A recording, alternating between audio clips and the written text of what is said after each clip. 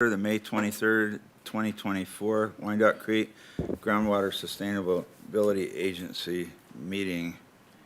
Let's salute our flag right here behind us. Okay, we ready? We'll wait for you. Ready? Salute. Pledge. I pledge allegiance to the flag of the United States of America and to the republic for which it stands, one nation, under God, indivisible, with liberty and justice for all.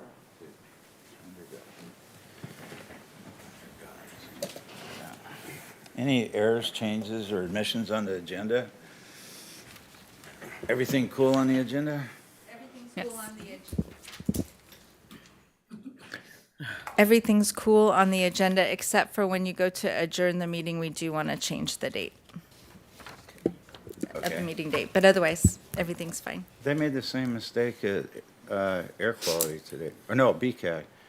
Had the wrong date on there. Is there any electronic correspondence or comments on anything? None received. Okay, then I won't ask you again. Here we go. So please call the roll. Bill Connolly, Here. Janet Goodson, Here. William Bynum, Here. Kyle Daly, Here. Bruce Riston. Here. Thank you. So if the light's out, my mic's on? Yes. Okay.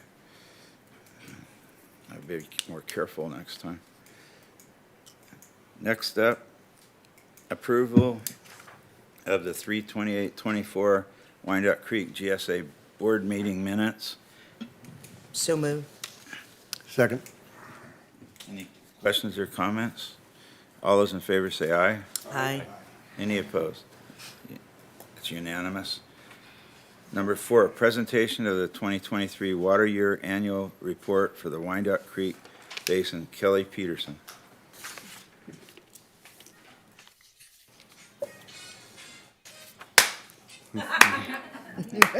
You haven't made anybody mad at you. There's no audience, so you're doing good so far. I figured it was a good time to try it before we get started with all the good news, hence the theme song.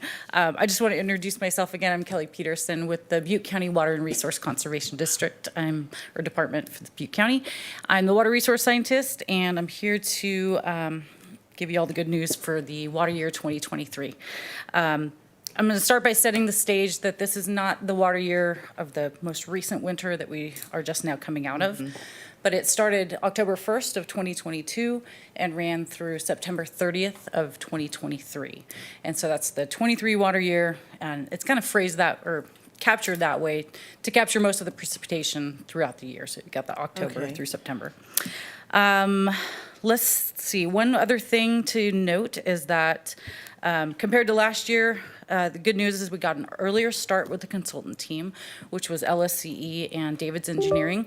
And so we were able to get some of that work done underway in August. And then we were crunching through it. We took the initial content and technical data to our Water Commission's Technical Advisory Committee at the county. And so it was a open venue, public, transparent, so people from all 3 subbasins, the public could come and talk about that too and kind of get a feel for that. And then in October, as we had a couple months under our belt already working away, DWR came out with some guidance documents on what they thought should be in the annual reports. So we incorporated some of that. So that's why you'll see some changes this year, new tables, new graphs, that type of thing. But it's getting better every year. So with that, it was submitted by April 1st of this year on deadline, and we've received the confirmation letters that say it met all the requirements largely, and it's packed away, so that's good. So we'll start with the next slide, which is where we're headed today. We'll do an overview of hydrological and water supply conditions, look at groundwater conditions, water supply and water use, and progress that your GSA has made towards GSP implementation. The annual report itself is a Sigma compliance document, and so these are the requirements that you'll see here. So updates on groundwater conditions, which include elevations. Those can change, those are water levels that change from year to year, from season to season, and those can change as you go across the land too spatially. Change in storage is then a reflection of that. So as the groundwater levels rise or fall, that's then calculated on a volume, and so that's what we mean by groundwater storage. Water supply and water use, which would include groundwater extraction or pumping. Surface water supplies, which come through our creeks and our rivers, and total water use, which is broken out by type of water, either groundwater or surface water, and then by sector, which is ag, municipal, or rural residential. And then we'll cover some of the GSP implementation items. So the next slide here gives a good overview of our overall timeline. As you can see, back before 2016, a lot of the legislation was being signed in. The GSA formed in 2018, and really starting in 2017 to 2021 was when a lot of that work was done with you guys for GSP development. And it's the GSP itself was submitted in 2021 with the first annual report coming right after that on April 1st. So now here we are in our third annual report for water year 2023. And then as you see in the orange bars there, every 5 years, there's a requirement to do a periodic evaluation. And so that'll really, that's something that we're working on right now through the Sigma grant funded items, which we'll talk about in a little bit. So next slide, we'll talk about the summary slides here real quick, and then I'll jump into more of the details. But as you can recall, 2023 was above average precipitation. We got a lot of rain here, a lot of stream flow associated with that, which contributed to full surface water supply allocations. So that really contributed to our groundwater conditions coming up on the rise and rebounding from the last year. So as you recall, the last year was the third year of the 3 years of the most severe drought that we've had. So this kind of covers that next winter when we had all that rainfall and good surface water conditions. So as a result of that, groundwater levels increased in both spring and fall of 2022 and 2023. Those levels were all above the established measurable objectives for each well, and in the spring, and in the fall, most of them were above the MOs. Groundwater extraction was about 35,000 acre feet for the year, which is less than the average if you look at the whole 24-year record back to, or 23 record back to 2000. But if you were just pull out those 4 wet years that we had in that time frame, it was actually a little bit below that, so there's a typo in that, I apologize. But we also had less pumping than last year. As a result, in the next slide, you'll see that groundwater storage increased from last year, and so did our cumulative storage over time. We'll go through that. All of the sustainability indicators that you see down there on the bottom right, those are sort of our metrics for measuring how sustainable the groundwater is being managed. They're all on track to meet the interim milestones for sustainable management criteria. There were no indications of undesirable results, but we did have 2 exceedances of the water quality sustainable indicator, which I'll go into a little bit more down in the Palermo area. So statewide conditions at the end of the water year, which would be September 30th of 2023, statewide, we had above average precipitation at 141%. Our reservoirs were full statewide at 120% of average, and snowpack was well above average at 247%. Most of that hit southern of us and the central and southern parts of California, but even here in our northern region, we were well above in snowpack as well too. So all that sort of contributes to runoff being really good. And runoff is really the surface water that's flowing down from the Sacramento River, the Feather River, the Pitt, the McCloud, the inflows into Shasta Lake. And so that all contributes to a Sacramento River region runoff number, which was 136% of average. And so then that sort of falls down into how we classify wet years or dry years. It's called a water year index. And that's what you'll see on the right here is a graph indicating what those water year values were since 2000. If you notice, The blues and the greens here are really above average conditions, and you'll see only 30% of the years since 2000 have been in that condition. The remaining 70% have either been dry, below normal, or in a critical year. So the wet years that we do have are really important to kind of get those rebounds in our groundwater conditions, and you'll see that we only had 20% of those as wet years, and 2023 happened to be one of those, just right above the green mark there, but nonetheless, it was considered a wet year.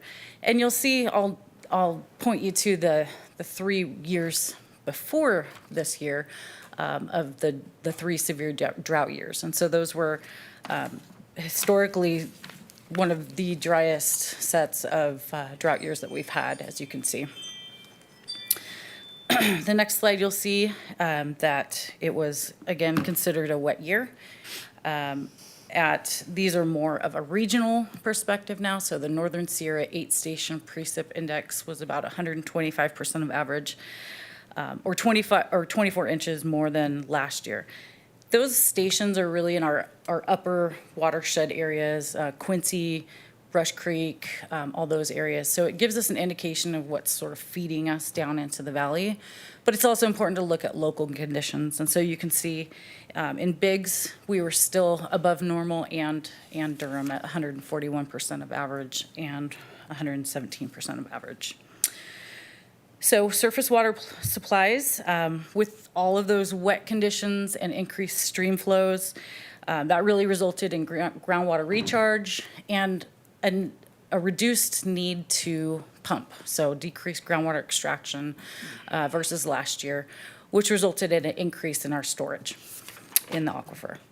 So again, the groundwater levels increased by about 3 feet in each season, and in spring of 2023, they were all about, on average, 18 feet above the measurable objectives, hence the song. In the fall, most of them were above the MOs and on average about 10 feet above and 35 feet above those minimum thresholds, which, as you recall, the red line on the graphs we usually see where you just don't want to be. So groundwater conditions are measured at 9 different representative monitoring sites throughout the subbasin. Those are really a culmination of different types of wells. So we've got domestic wells, next to somebody's house that's providing drinking water. We've got irrigation wells with pumps on them, irrigating our fields and crops, and observation wells, which are drilled for the sole purpose of just observing water levels without any pumping or impacts on those. And so we look at the changes, like I said, in those 9 wells or so, and then that's calculated over a surface area that well represents, sort of a polygon around that, and that's calculated over the surface area to give you a volume, which is then calculated. So this next graph here is our big. I've got a quick question, Kelly. Yes. Is that enough? Do we have enough monitoring wells, or do we still need more? We always say that we need more.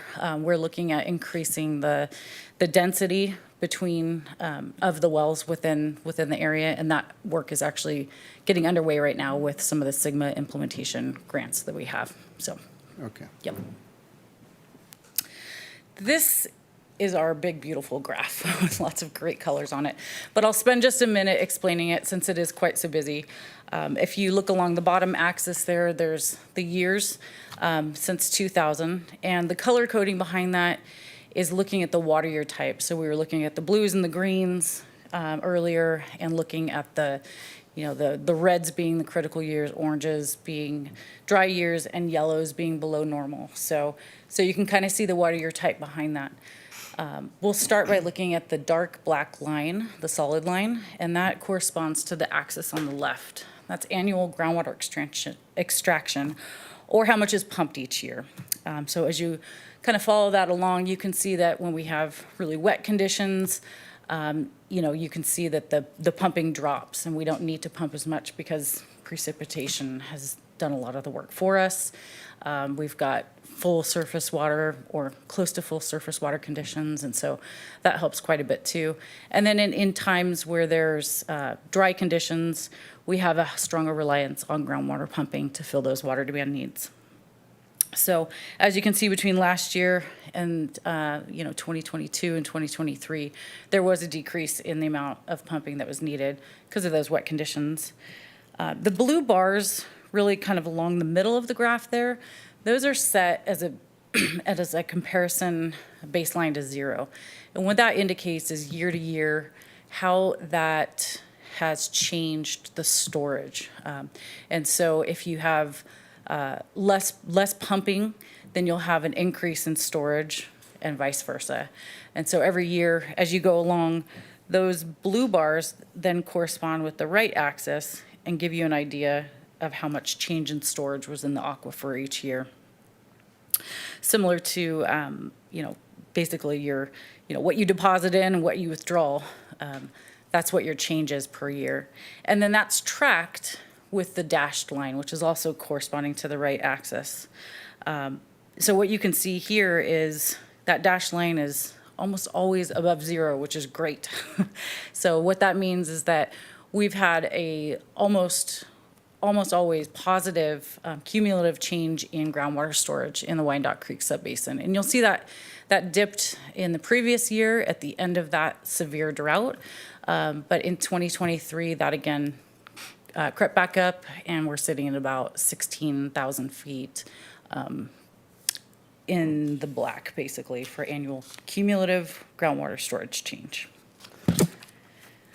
The next slide will give you an indication of where that storage occurred.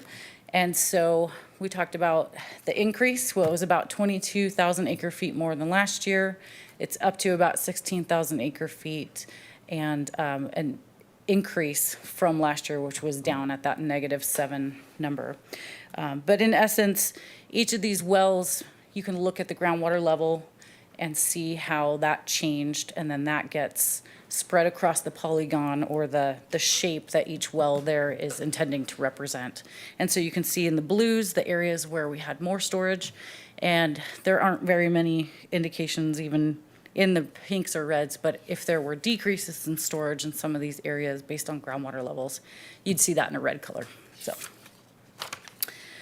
this is a table of just kind of how that all breaks down, and it's quite a bit here to look at, but in general, you've got the total groundwater use of 35,000 acre feet. That ends up relating to be about 61% of the total groundwater use, or the total water use of the subbasin. So it's not exactly a 50-50 split, but there is a mixed source of groundwater to surface water use in the subbasin. And as it turns out, agriculture uses about 89% of the total water use in the subbasin, and the remainder is split between municipal and rural residential needs. The next indication, or the next graph here, indicates groundwater extraction and sort of where that occurs in the subbasin. It's a requirement of the annual reports for SGMA to show where groundwater extraction occurs. So this is just a one point in time taken in July to kind of give you an indication of where pumping occurs within the subbasin. And it's really not set to any volumes, but it's sort of a scale, darker being more extraction and lighter values being less. So just to summarize, for extraction, it was about 30,000 acre feet for the year. And just for comparison wise, that's only about 14% of one of our neighboring subbasins in the Vina subbasin. So it's quite a bit different. It's a smaller size subbasin, and it just uses quite a bit less. 61% of all the water use in the subbasin was groundwater versus 39 surface water. And these are some of the stats that we've gone through before too. So I'll just continue on. And we'll jump into the water quality piece. So every summer, staff, myself, goes out and collects water quality measurements at a number of different sites throughout the subbasin. And the intent of that is really to focus on salinity, and that's measured through what's called electrical conductivity. It's the amount of conduciveness of energy being passed through the water column. And so what the goal behind this is really is to look and see if we have any overpumping occurring within the basin. Because many, many millions of years ago, when this was ocean type of area, we had marine sediments, ancient marine sediments with brackish water down in the very, very depths. So if we are pumping and pulling some of that salty saline water up, we want to know about that. And so that's the purpose of that. And so the levels were set in the GSP to have measurable objectives and minimum thresholds, similar to groundwater levels. But it's a little bit, it's tricky to put your mind around sometimes because it's an exceedance of a concentration. So a minimum threshold is actually going to be a higher level than your objective, which is where you want to be. For groundwater levels, it's a little bit flipped, because you want to be at a shallower level for objectives versus deeper for groundwater levels. So we'll just get into it a little bit here with the data. You can see on this next graphic, these are the sites that we visit along the bottom. They're just named as is. And then on the left-hand axis that goes from the bottom up to the top of the graph, you'll see the concentrations. And so here we see measurable objective in the green line, and that's a 900 microsiemens per centimeter unit. And then your minimum threshold is somewhere you don't want to be above. And so we did have some exceedances in 2 of the wells that you'll see here. Those are both new wells. They were drilled in 2021 through a DWR-funded project, the TSS program, Technical Support Services, that we've talked about. And so what's important to note with these is that when they were drilled, they had these high baseline levels to start with. So in the next slide, we'll look at the first one. And you can see these are the values, 3910 and 903, when they retested it a few months later, just because those values were so high. But as you might recall, this is a multi-completion well in the Palermo area, and it has one borehole with 3 different casings inside of it, or 3 different wells inside of it. Each of those are screened at different intervals, so one to look at the shallow portion of the aquifer, one to look at the intermediate portion of the aquifer, one to look at the deep.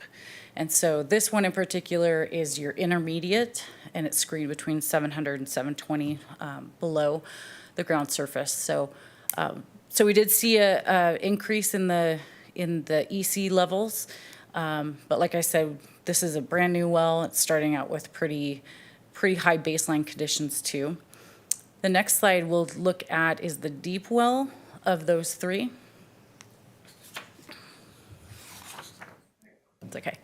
And you'll see that they started out with levels that were even higher than the minimum thresholds put in the GSP. So when those were tested again, that you can see in 2003, this well in particular has 2 screen zones, and so that's why you see the small triangle at the bottom there is the 430 to 450, and the blue at the top there, the 5474, is looking at conditions at 550 feet to 570 feet down.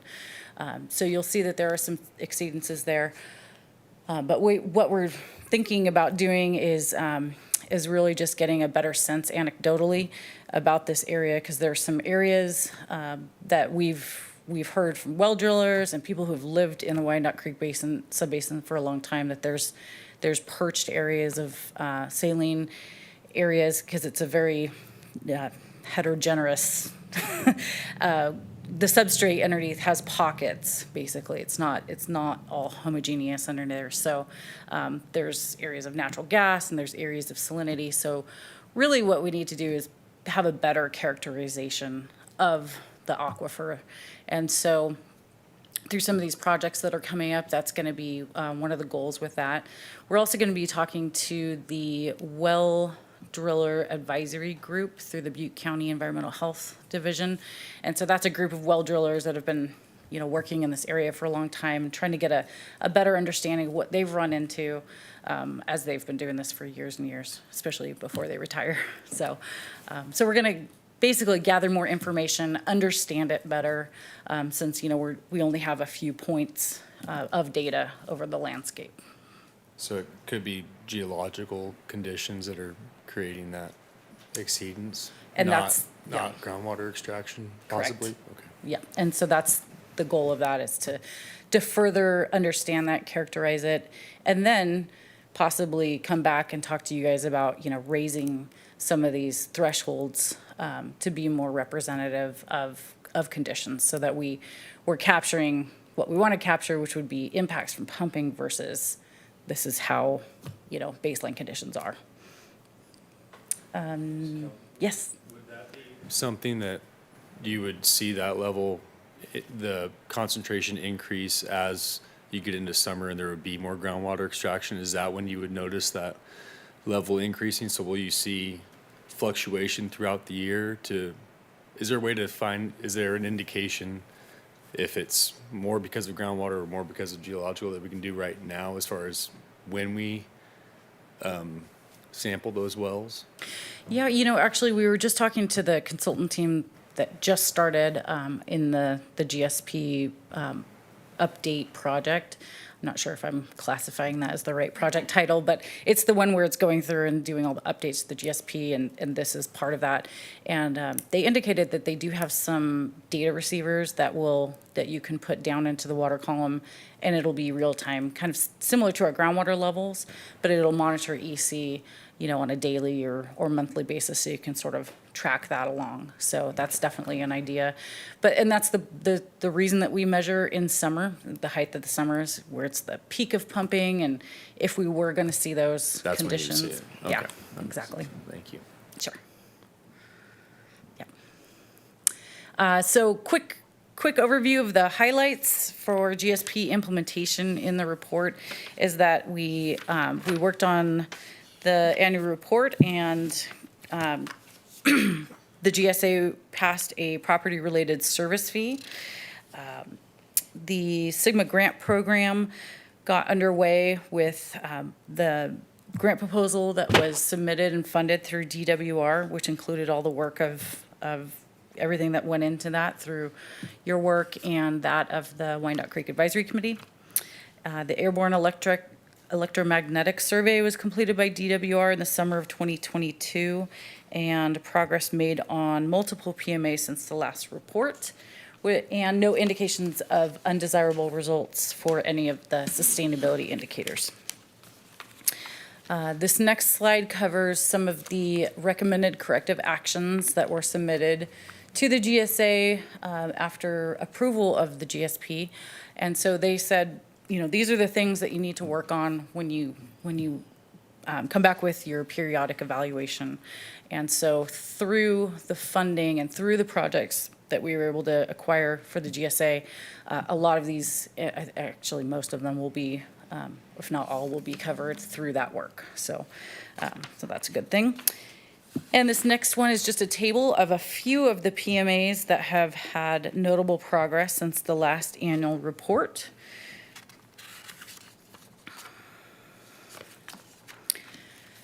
And with that, I'll just go ahead and acknowledge, that it takes all the well owners here that give us, access to their wells to be able to make this work. So we really appreciate that. All of the agency managers, you too, Chris. The technical advisory committee of the Butte Water Commission, who really gave us some good looks at the data before it went into the drafts. Our water quality monitoring volunteers, and especially the consultant team, LSCE, and David's Engineering. And with that, I'll open it up for any questions. Any questions? There's always been bad water down by Honka, Yeah. between 70 and there. I remember a well, observing it, and the water was almost reddish looking. It was like full of iron, or I don't know, Interesting. nasty looking stuff. Okay. The water year for 2024 looks like it's been pretty wet, so Yeah, we that's should a good hopefully have question. 2 years in a row, maybe. Yes, in fact, they determine it off the May 1st numbers, and so it's an above normal Wonderful. year this year. Good. So, yep, it's a good thing. Thank you. It was a good report. It's nice to report we have a lot of water. Any other questions or comments? Thank you. Kelly, I appreciate you. I must admit, this is and not that all the other prior reports were not user-friendly. I was more of a novice back then, but this was very thorough. It was laid out, and I just appreciate the simplicity of how you brought something that is so complex. Thank you very much. I appreciate that. Thank you. Okay, number 5, budget considerations for fiscal year 2024-25. Cammie? All right, that is going to be me. I'm going to share my screen, I think.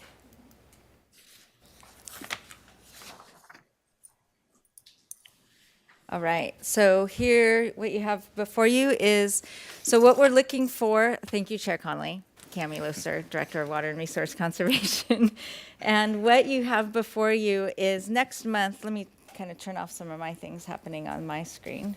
Thanks, Kelly. What you have before you is, I'll just say, kind of a draft budget for us to play with today. So next month on June 27th, when we ask you to come back in June, you will be adopting the budget for the next fiscal year, as well as the fee that you want to charge the various users. So one of the things Reword that we have to charge. that you, Not the that we fee want that to you charge. have to charge the different user classifications, the non-irrigated and non-irrigated and surface groundwater and surface water users. So one of the things I did want to do, because I did want to get your inputs on some of these, and then be able to discuss and see what your preferences are. I do actually also have, so a couple things that I wanted to share, and then I actually do have some estimates, some fee estimates to give you that might help you with some of your guidance. So if you recall, and I'm just, oh good, my mouse works.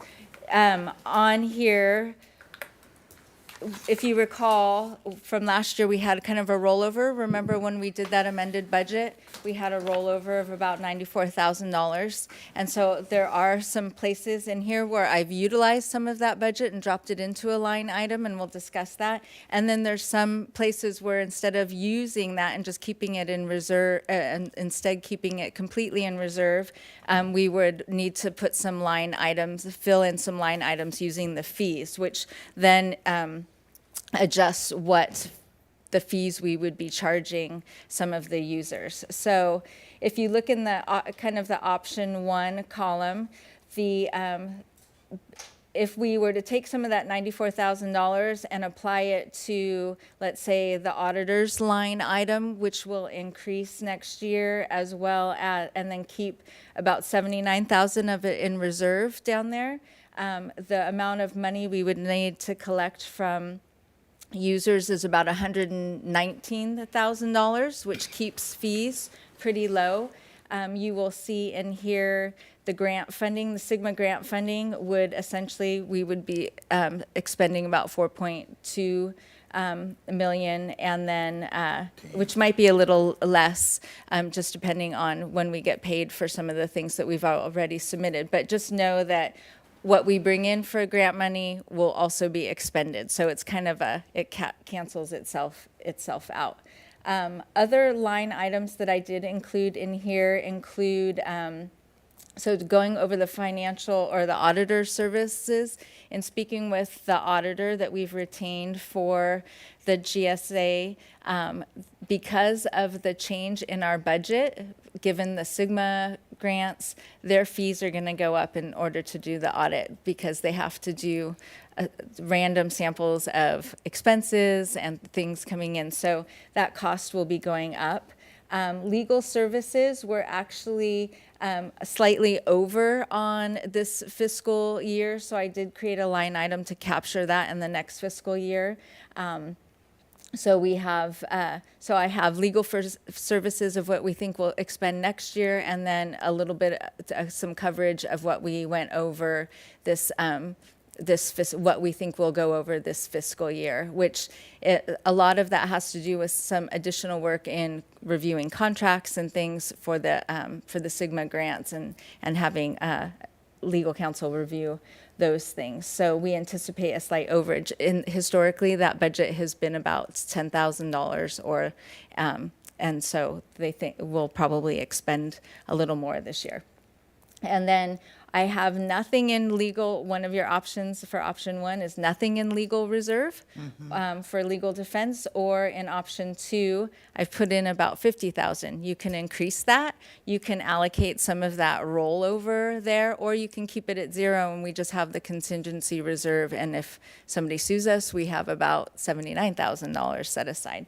So it just depends on what you want to do with that money, and just if you want to actually allocate it to a line item, or if you want to just keep it in reserve. And then we have just our standard expenses of insurance, the outreach items, things for outreach, newsletters, mailers, whatever, would kind of fall under the Sigma grant money now, because we do have an extensive outreach program that we'll be implementing. So I zeroed that out. Our website has pretty much stayed about the same, and so it'll continue to be that, as well as some office supplies. I did put in some money for professional services in case we need a consultant for something other than the Sigma work, which might be some help with the fees in the future. I mean, right now we're doing it in-house, but if we need to make any adjustments or do the user classification change requests, we've so far have gotten a couple of them, and we've just processed them in-house. But maybe as people learn more about, they have that option to redelineate their land and change their portions of their property to a different classification, we might need some assistance with that. And then also the county assessor charge is pretty much, that's what the county pulls off of the fee when they collect the fees. It's 30 cents per parcel that is charged. I did put in for kind of option two, that 20,000. I did put in some money for a future fee study where maybe we start to accrue money over the next 4 or 5 years, so that in 5 years, if we want to do another fee study, then we would have funds that have been set aside for that. Currently, the fee studies are about $100,000. I think the new fee study for the Vina GSA, I think we budgeted $250,000. That was because of, one, the size of the GSA, the mailers, and the potential for having to send, again, bills to everyone, and so because Vina is larger, it's more expensive. So budgeting about $100,000 for a new fee study in 4 or 5 years, if we needed to do that. And then I didn't include a contingency. Just as a reminder, these items are all the things that were included in the original fee study. So kind of trying to remain consistent with that. And then, of course, the Sigma money cancels. That's what we have 5.5 million, and most of it will be expended in this next fiscal year. So with those options, I'm going to stop sharing this screen and bring up. I have a question. Sure. Grant procurement. Oh, yeah. On-call Did I skip that one? services. Would that be like a retainer? Yeah, so if we wanted, as we move forward with utilizing the Sigma money, over time, there might be more grant opportunities available for the GSA to apply for. And so we might want to retain a consultant to help us with procuring those grants by completing applications or things like that. We obviously have the GSA program manager who can do a bit of work towards obtaining grants, but also being able to have the support of a consultant if we needed it. With specificity. That's Yes. what we would be looking Yeah. at. That's what we would be paying for. All Yeah. right, thank you. So what happens with that kind of line item specifically, like if we're not active or like paying someone to explore grant opportunities, does that money, will it be set aside Yeah. until an opportunity arises or? Yes, it would, and we could roll it into the reserve if we wanted, or just continue to roll it over from year to year in that line item so that we know that what we're saving, Okay. saving for. Thank you. What I did just bring up here is, and hopefully I still have all my numbers right, is an idea of what the costs, what the fees would be. Let me make sure, okay. Just making sure, I was playing around with the numbers and putting different things in here. And let me see if I can scroll in a little bit. My mouse is really sensitive. Erg. All right. I'm going to bring it to the blue one. So if we did option one, where we only had to get to about 119,000, the fees for non-irrigated would be about 41 cents per acre. For surface water users, it would be about $3.74, and then for groundwater users, it would be about $5.88. And then if we went with kind of more of along the lines of option B, it would just increase to about 70 cents for non-irrigated, $6.39 for surface water, and $10 for groundwater. And I know you're probably going to ask me what the fees are now for those. And I think I can tell you, I think for non-irrigated, it's $1.16. But the rest is like 7 or 8 for surface water and up to $13.68 for groundwater extraction. So just to Is give. that predictable? So just so you know that that's kind of what we are expending. But, the budget is about less than half of what was originally kind of budgeted for in the fee study. And I think that is also in your packet, was the projection for the 5 years each year. So I think this budget, one of these, I do have the capability, if you wanted to play around with the numbers to see what the fees are, or if you're happy with option one, we can kind of stick with that, and I can prepare the budget for June with those numbers, or if you want to do a combination, we can do that, knowing that if the maximum that you might want to go with is option 2 or 2. So just to give you some idea of what you're looking at. But I think it's promising that the fees are much less. I think the Sigma grant money obviously gets us, allows us to save a lot of money. And so by being able to set aside some reserve now for some of these line items that we will need in the future, it will at least allow us to keep the costs down even, 3 and 4 years from now. So, Real quick, I do Thank- have a quick question. Go ahead. no. Excuse me. In 5 years for the Prop 218, when that needs to be renewed, are we required to have a new fee study each time or we explore another option, or Yeah. what's that process look like? With fees, we don't have to. If there's nothing that's going to change, if these are the things that we're going to just continue to fund, the fees we don't need to. We have the maximum amount that we know that we can charge, and if those fees cover that budget 5 years from now, we don't have to do a new 218 or any other thing. The only time that we'll really need to do a new 218 or some other Prop 26 is if you were to add projects in that weren't already accounted for in the budget. If all of a sudden the GSA says, oh, we want to do this recharge project and construct this detention basin and install this infrastructure, and that's going to be, $500,000. That's not figured into this budget, and then you would have to do a 218 to cover those expenses. But for now, and I know the way the consultant framed it was like this 5-year budget, but it can continue if it's covering the costs that you've identified. Thank you, okay.